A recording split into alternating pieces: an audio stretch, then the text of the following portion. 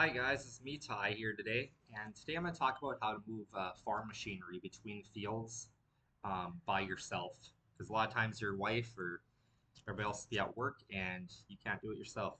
So this is my experience, and it's amazing how it's changed over the years, like of how much easier it's gotten on a body to move the equipment around without a helper with all the new technology that we have nowadays.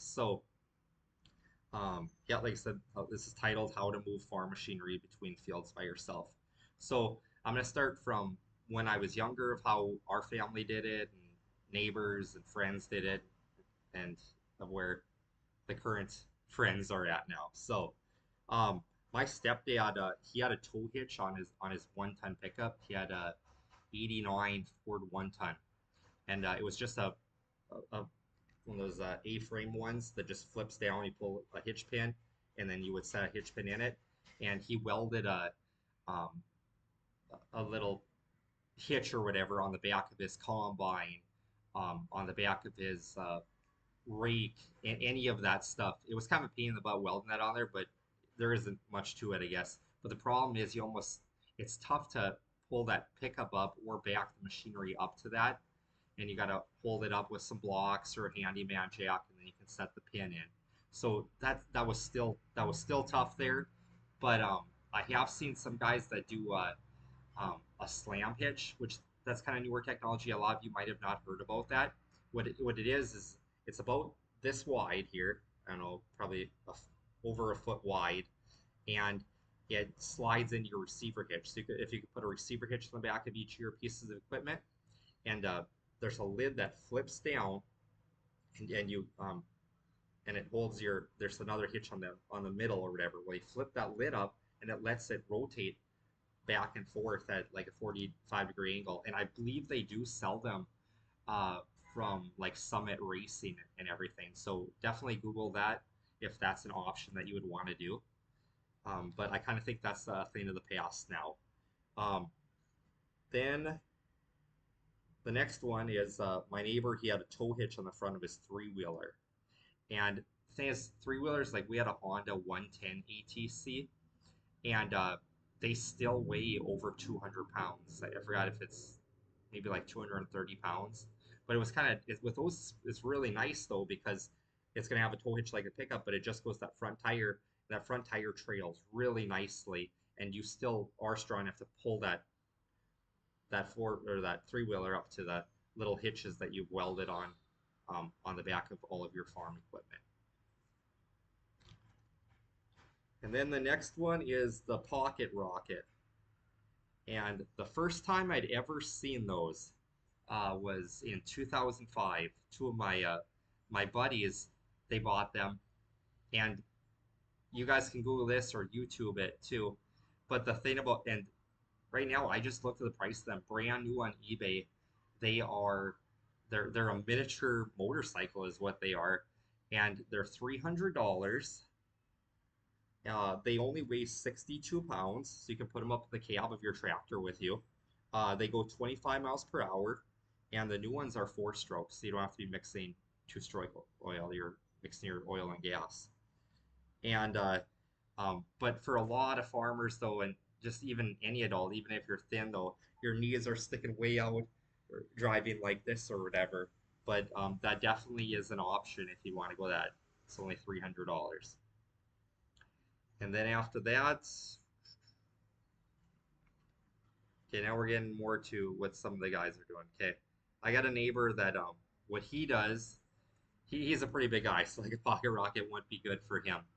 But he just goes ahead and he has his pickup, and he bought a utility trailer with a flip down ramp for hauling your lawnmower or whatever um, at the local farm implement store. But those trailers are just a single axle one. You're probably still looking at $3,000 for that. And then he just loads his four wheeler up on it.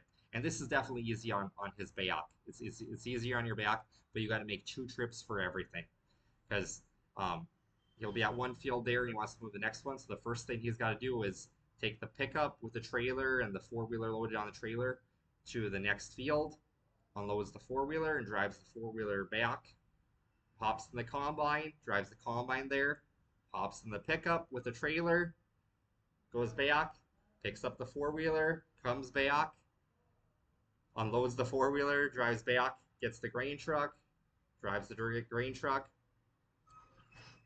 Then he'll hop in the yeah, whichever one there. But he's got to constantly keep going back and forth each time because they say he's got to get the combine over there. Well, the pickup with the trailer, he's got to get the combine, the grain truck.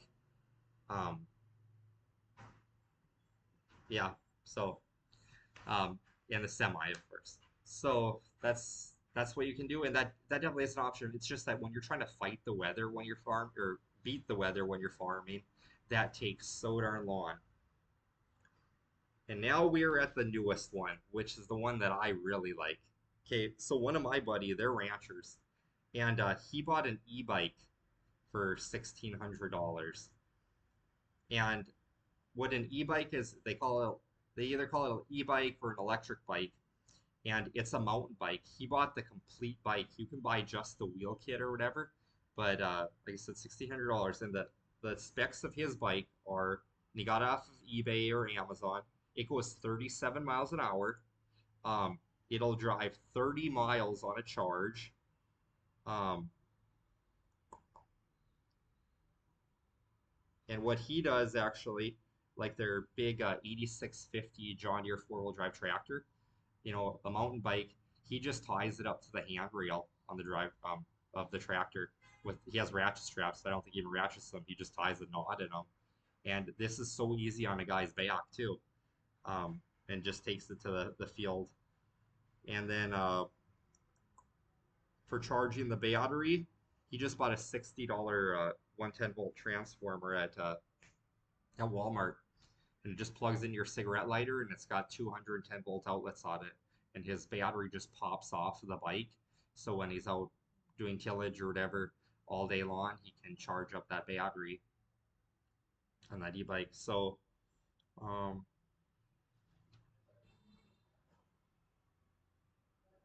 but like I said, if you want to go a cheaper route, which personally I would, if you're especially if you already own a mountain bike, from when you were in high school or anything.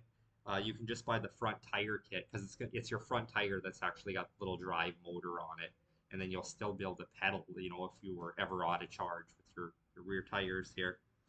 And on eBay, from what I saw, most of those are $200. They have the motor and all the equipment and everything, and the front tire. You actually get a complete tire on the rim with the tube and everything for that price. But the problem is make sure that, like that's $200, make sure that it includes the lithium battery because most of them they show a picture of a lithium battery, but in very small fine print they say the battery is not included.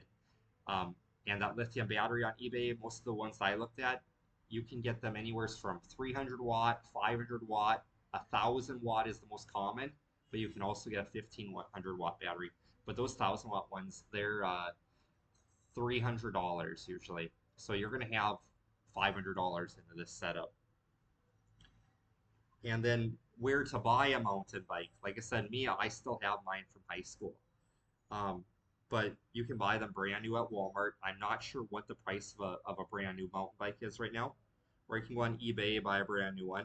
Or you can go to your local pawn shop, go to one of your thrift stores in town, go to a yard sale, or go to your local Craigslist or Facebook Marketplace.